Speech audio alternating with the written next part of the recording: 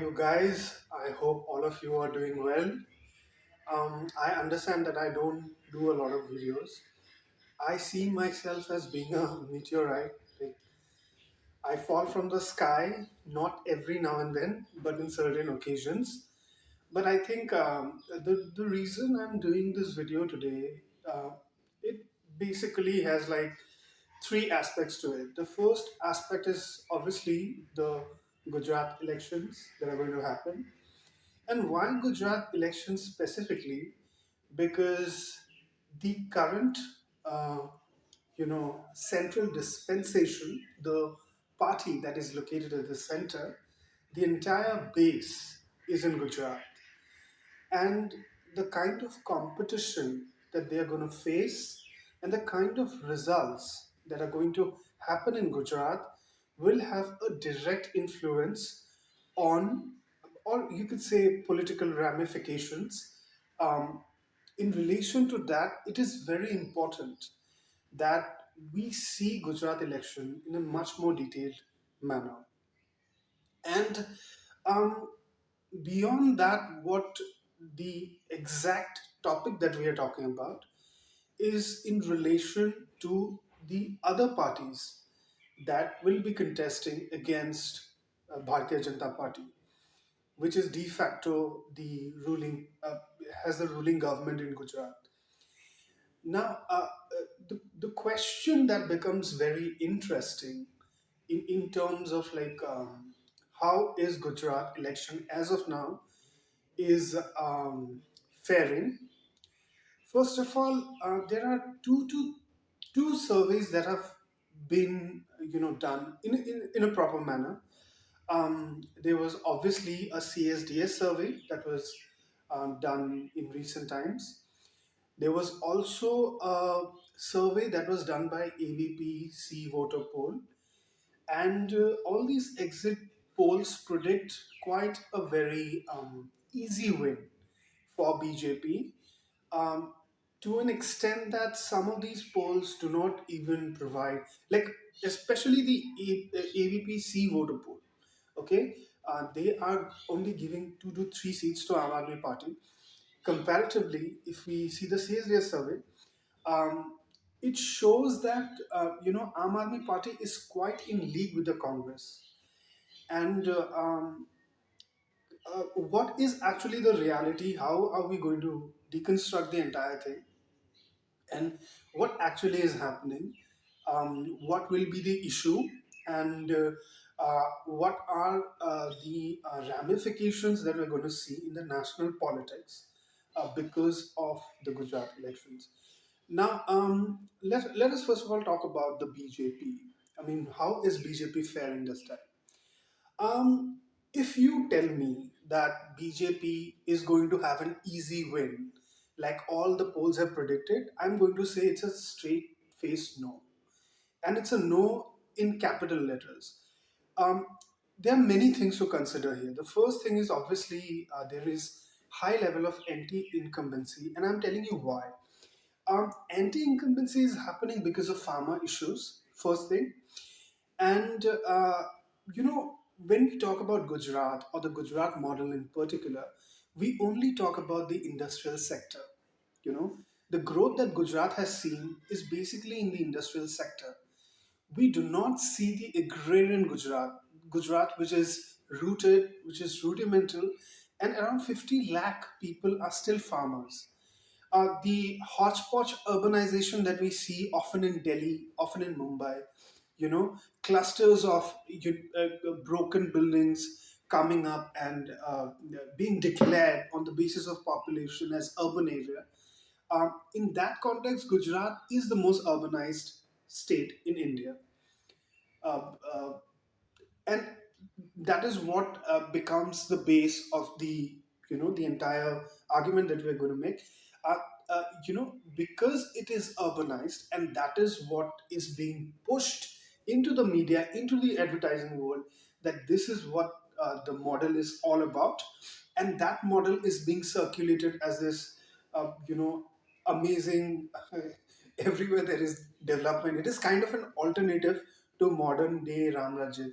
If you want to sort of equate with that kind of consistency. The important message as of now, you know, the BJP is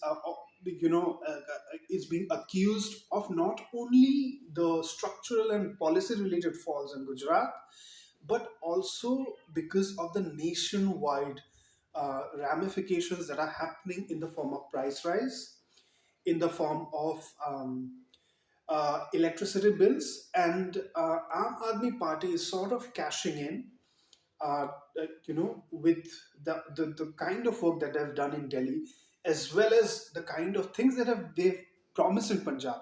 At least the electricity part. The electricity part they have promised in Punjab to give 300 units, and they have provided that. Same thing can be talked about the whole Delhi model, where the politics, for God's sake, now it happens on education and healthcare.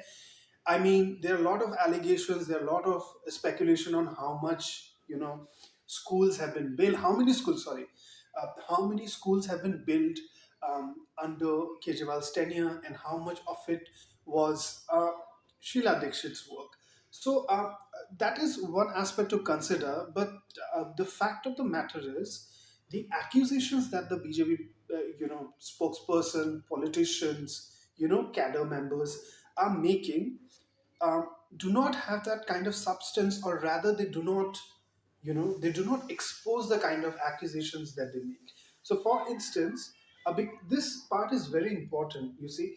It is important because of two major reasons. The first is the accusation of the Bharatiya Janata Party as of now is basically about healthcare, about education, about the numbers being fudged and all. There were two examples that I can give you. There were two examples that have happened recently with in relation to both Gaurav Bhatia as well as Manoj Tiwari. The the Gaurav Bhatia incident, I think a lot of people know. There was a debate that was being held on a news channel. Sorry, I do not remember as of now. And in the news channel, what happened was Gaurav Bhatia, you know, allegedly told that Aam Aadmi Party has not made 500 schools, which was being sort of like touted that they did it. Then the question then it became is that Gaurav Bhatia will go with Saurabh Bhargava to every school, and they will survey, together. Um, that did not happen.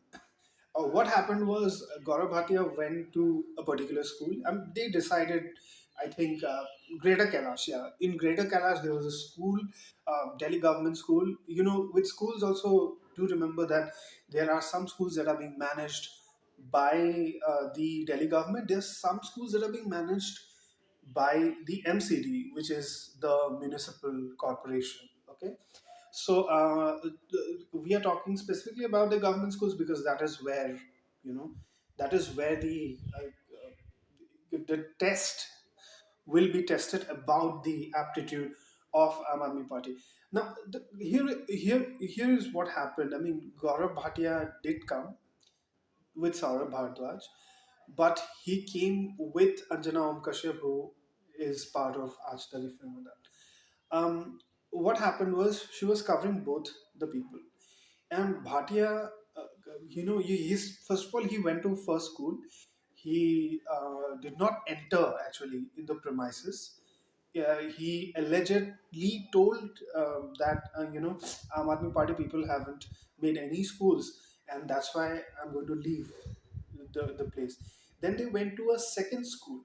In the second school, he did not even enter, the gates. Forget about the premises. He did not even enter the gates. And this was all, going live at that point of time. And that was an embarrassment. Embarrassment in a sense that obviously the kind of media coverage that BJP gets, it does not equate to the kind of Aam Aadmi Party. Though people have this kind of notion that Aam Aadmi Party is also pitching in a lot of money on advertisements. I'm some sort of going deviating from the actual topic. I think we will tackle the aspect to whether Aam Aadmi Party is actually, throwing in a lot of money in their election campaigns. But the question, however, remains the same, right?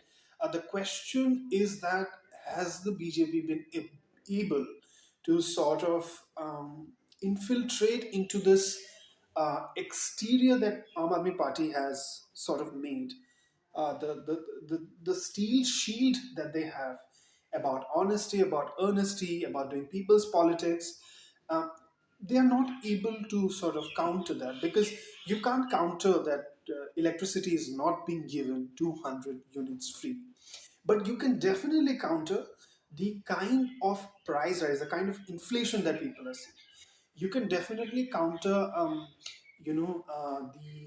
the electricity bills that I talked about, which is a big issue in Gujarat.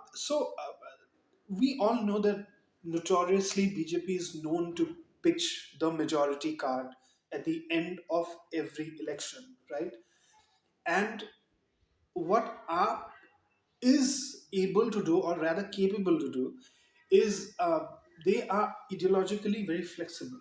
And I have always sort of seen AAP as more of a class-based party rather than caste. Because if you look at Aam Aadmi Party, it's basically if you talk about a political party having a shelf life, like how far can a party go ahead, then you would know that Aam Aadmi Party has some of the most youngest leaders. You talk about Raghav Chadda, you talk about Atishi, you talk about Saurabh Bharadwaj, you talk about Durgesh Pathak.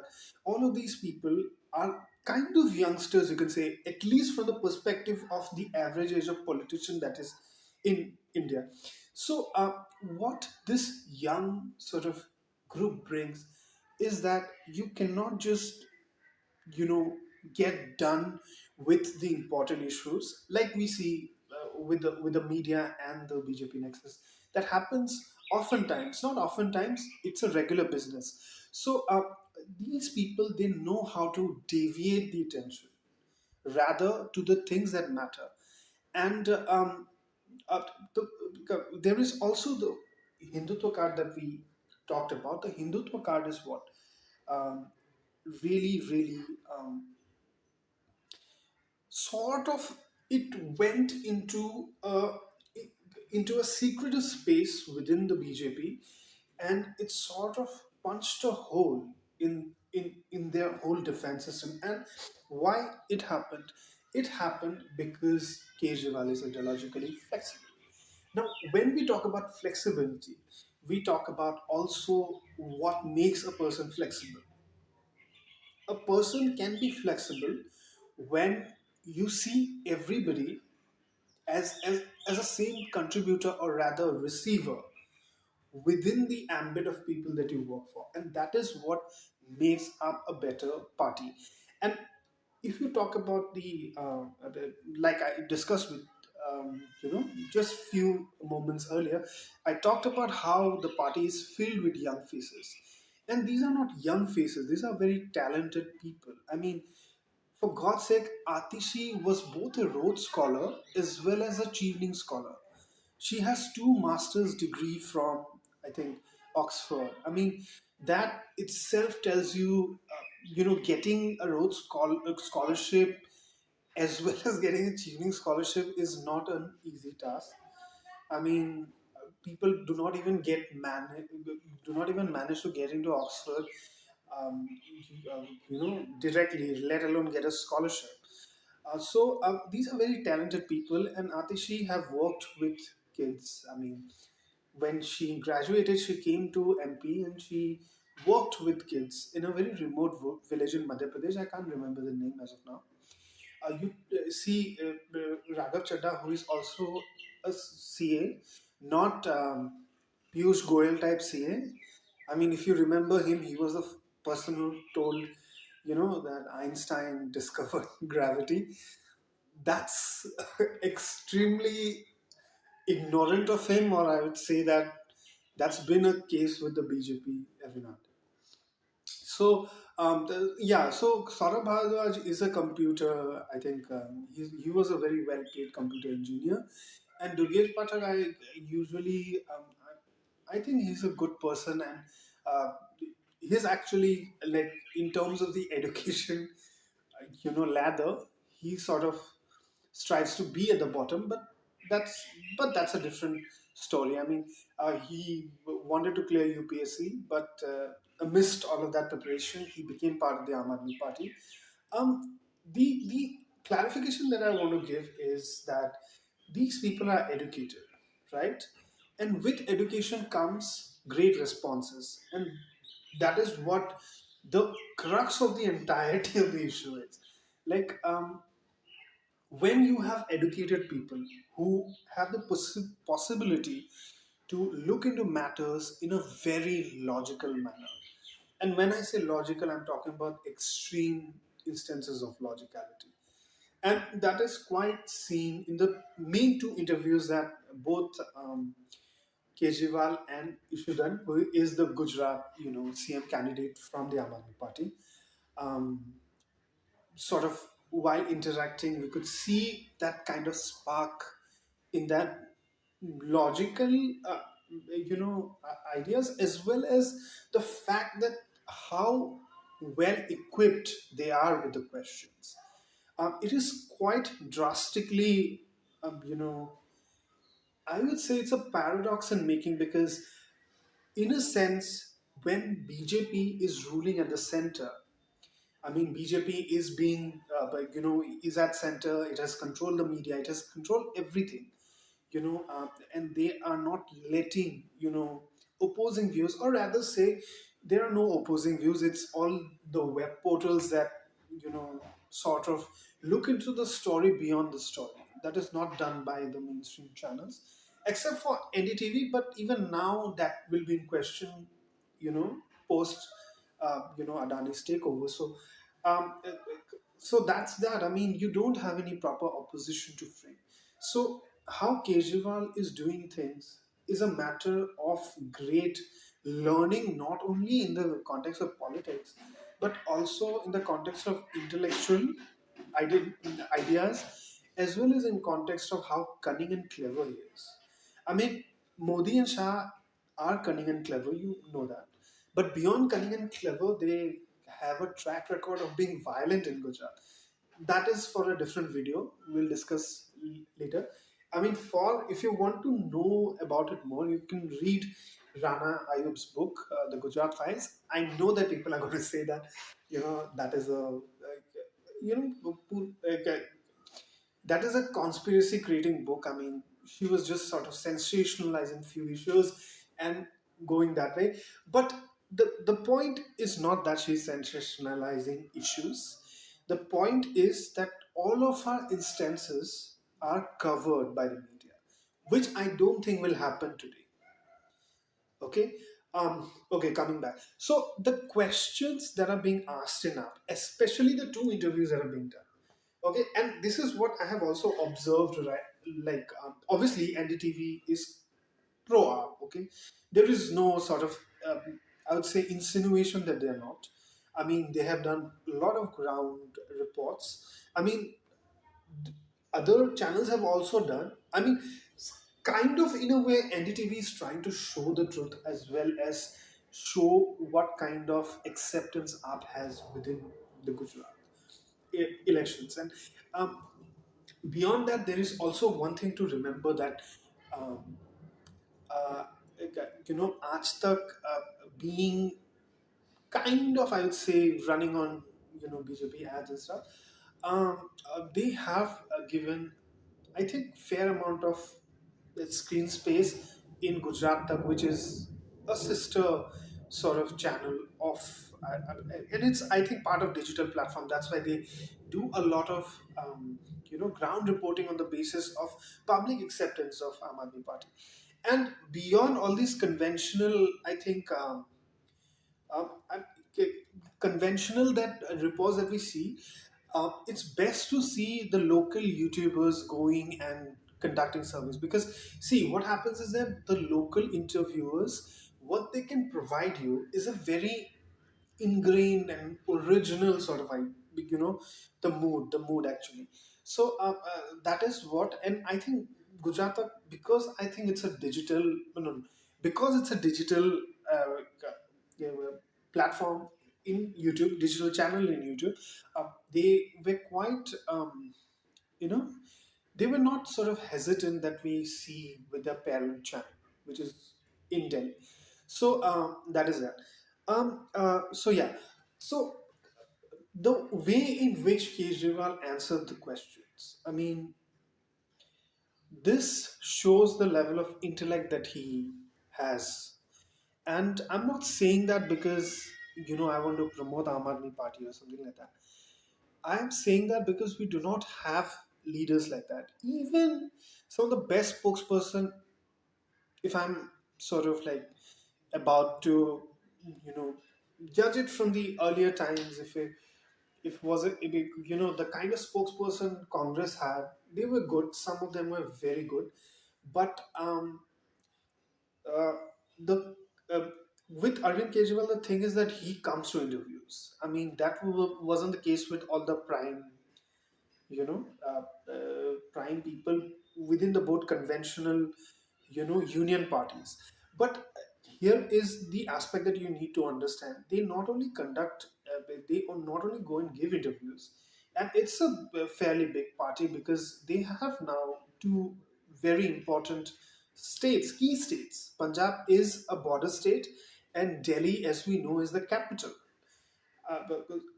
And the kind of power that Amit Shah and all of those people did during Delhi elections, um, the last gone Delhi elections, is pretty evident. Okay, and using religion, using everything from CA, Shaheen Bagh, and all of that. So it becomes quite aptly clear that that kind of thing is not working against us. And I think the my prediction is why it is not working against up. It's not that I think Delhi people. Obviously, there is a factor that Delhi is a capital. I mean, people from all walks of life are there, and most importantly, Delhi is kind of a cliche. I would say modern city in India, and though it doesn't seem like one. I mean, if you compare with even like Nairobi or Lagos. I think, yeah, Lagos is quite, I would say, like Delhi, but you can't compare it with Manila or Jakarta. Forget Shenzhen, Beijing, Shanghai. Forget about that. So, the fact of the matter is that Delhi has quite a good educated population, aware population. Okay, and that's why I think these sort of things did not work. And but there is still this sort of, I think, misinterpretation that we have. Those people that live in Delhi that have the majority share of votes are not actually the posh and the good class of people, the elitist class of people that we see. They are in good departments. They departments within the government. They have good positions within the corporate sector. They are working in Fortune 500 companies or the big five that we say in the financial sector. So or consulting. Sorry. So that is what is important to first of all understand that you know uh, because Delhi being such a revenue surplus state, it was able to give that mandate. Okay, um, and it did not work there.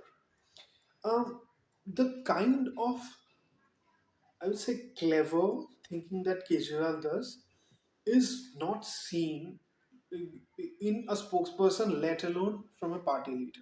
Okay, we know that the whole Bharat Joro Yatra that Rahul Gandhi is doing, whether we obviously there is a change and shift of the kind of narrative that has been built around Rahul Gandhi, but you also need to check whether those, if you check their YouTube handle, you will see that there is a live telecast going on. But when you talk about substance, whether they're going to get votes, I mean, from the South, if I sort of understand clearly, I mean, the South parties are very regionalized. Even within parliamentary elections, they prefer voting for their regional parties. I think Congress has a better chance in getting the southern seats, but UP alone can cover that. So that is one thing that we need to remember. And BJP is going to sweep the elections if sort of that should be the trajectory of the Bharat Joro Yatra, because it started with the south states and now it will cover very few north states. Okay, I think it's a good thing that Congress is consolidating its votes. But is it enough to win elections? I don't think so. Okay. So, yes, the thing with Arvind Kejriwal and even with the kind of questions that he's being asked, there is only two. I mean, interviews that we have seen. I mean, proper interviews done by good channels. Okay. So, the first interview is obviously the NDTV interview. Yeah, that was done by the guy who left India Today and came to NDTV. I don't know. What was his name? I forgot. Is it Aditya something? Okay. So, and obviously, Preeti Chaudhary and our Shweta from Ashtak has done it, and done the interview.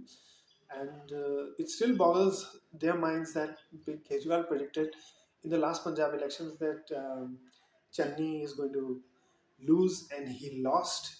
Okay, he lost in a very big, difference. What I'm seeing more and more in Kejriwal, as well as his team, as well as the current Gujarat CM candidate from AAP, which is Isudan Gadvi, they have their bases clear when they go for interviews, and it is very important to build that public perception. Now, the thing is, Bharatiya Janata Party and Narendra Modi get that kind of attention not because they conduct interviews. Okay, they are given that kind of attention by the media because media does not question them. There's a difference. While Kejriwal is creating the same sort of space, okay, but choosing the other way around, because you know there is no way AAP can be compared to BJP, not in terms of ad revenue, not in terms of resources. I mean, AAP left Himachal for Gujarat, and Gujarat is a much bigger deal.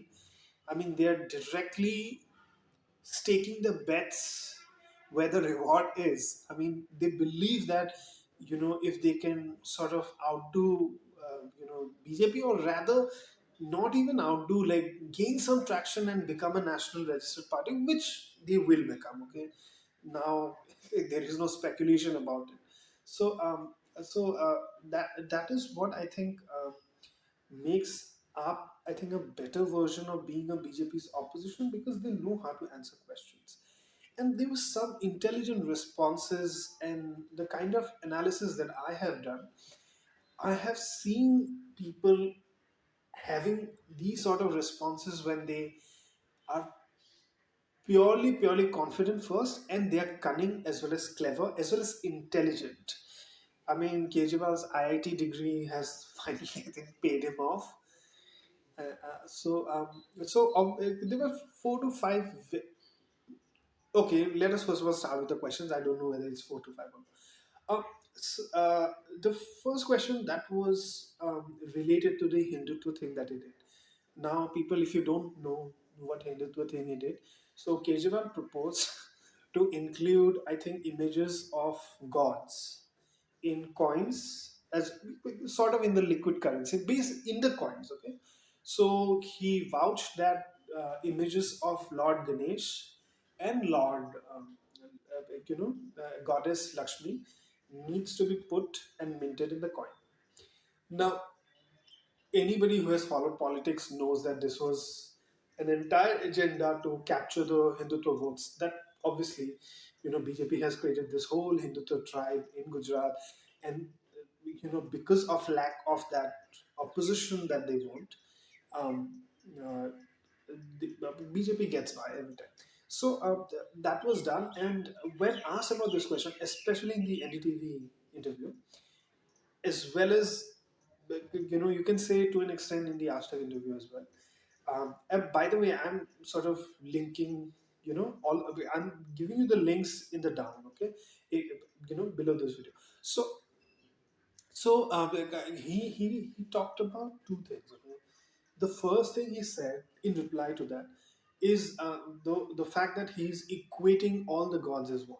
Okay, and I was thinking that he was going in that direction, but he did not. He rather used the same example that he did with Indonesia, and in the Indonesia example, it was quite sure he would use the whole 85% Muslims, okay, and then you have like 2% Hindus, and they still have that sort of symbol and sign. And I think the way in which the popular narrative works in terms of like the majoritarianism that we are seeing, he provides a more humane reply in relation to that, where he said that, and this is what people understand.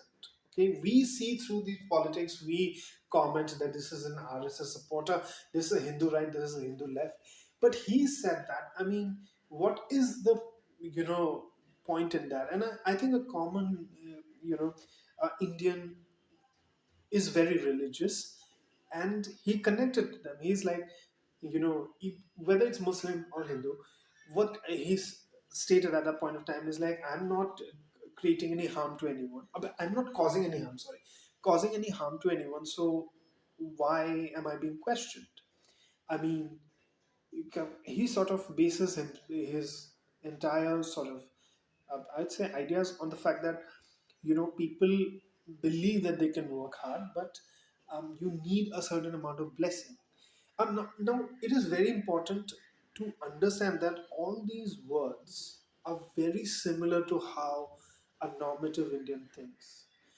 And this is what he's able to do. He's able to change narratives.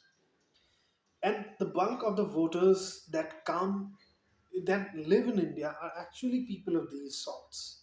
Okay, they want to relate to you, they want to know about it. They get deviated because of the whole political angle of the majority minority that goes on.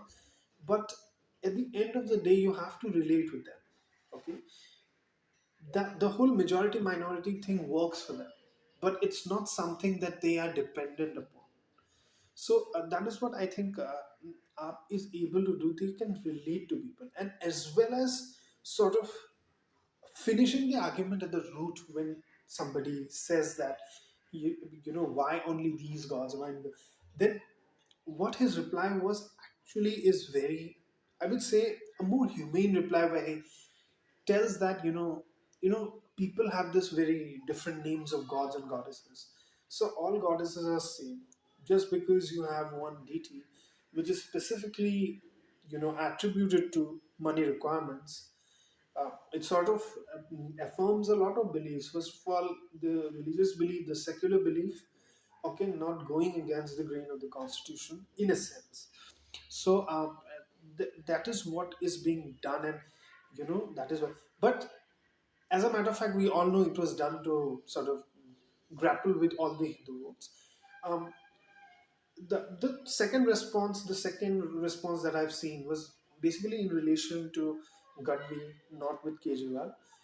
But I think Kejriwal has taught him how to answer all of these questions. It's my personal, I think, purview on this. So when asked about why Gadvi told that the Prime Minister Modi should actually make me the same, or make our win the state. So what he said is he talked about how Modi is not just a member of the BJP party, but also he was actually a prime minister essentially. And prime minister, and this is what I have seen, I mean, unlike Rahul Gandhi, who go bonkers on the prime minister, except for few, Congress is always attacking. Kejriwal has this sort of this very veiled civil demeanor that is almost manipulative, but he doesn't show that it's manipulative. So he will always tell you that my prime minister, my prime minister. But when time comes, he gives them back. Okay, but here like, the best thing that I've seen was when Gadvi said that the prime minister is not just a politician in instance. I mean, he represents the country. Now, if Gadvi goes, if Modi goes to US or any other country, and the kind of problems that Gujarat has, which is related to poisonous alcohol, I think the drugs that is being in, increasing in Adani's mood report, and also the paper leaks. I mean, Gujarat is supposed to be the next Vyapam in making, I think, because the kind of paper leaks that have happened. So he sort of supplemented that whole issue in terms of what will the Americans say if they know about the situation that prevailed in it, and how that is going to determine the status of the country. So he is a PM, okay, but he has to do the right thing, and de facto making them the moral sort of, you say, the moral ideal choice. I mean, comparatively, and there was also questions about the arithmetic. I mean, in politics, it is very important to have a very strong knowledge of arithmetic. It is a humanities subject, but the question, I mean, political science is a subject I'm talking about. But when you sort of understand political science in terms of elections, or I would say psephology is a much better term rather than telling political science, because it will have theories and all too. So, if you look from the perspective of a psephologist, then ARM does not make it in a way that they claim to. So, what ARP is steering away from is showing themselves as the third party. They at best want to show, you would assume they would want to show at best the second party, but they're showing as the first party, the prominent party, and infusing that confidence on people in Gujarat, cashing in every possible way. I mean, there was a lot of criticism on why Kejriwal did not speak out against the release of Bilkis Bano rapist. But a lot of people should also now understand that he's speaking up against the Morbi incident because he is cashing in on that Hindu votes. And that is what I think Kejriwal's the entire plan is. He wants to get the votes to win it, because he also knows that development does not give you the kind of results that is required, even on a long term basis. So that is, and since AAP traditionally is not the chosen party, because as per seat metrics they're a very weak party. So in that context, if you talk about, you would come to know that the assertion being, when does not have that kind of seats. I mean, how they're going to sort of lead the elections, or rather make such assumption, or rather make statements that are very, I think, you know callous, you could say. At that point of time, what ARP does is it sort of reverts the entire trajectory of the discussion to the people-centric methods. They say that because of people's choice, we need to speak.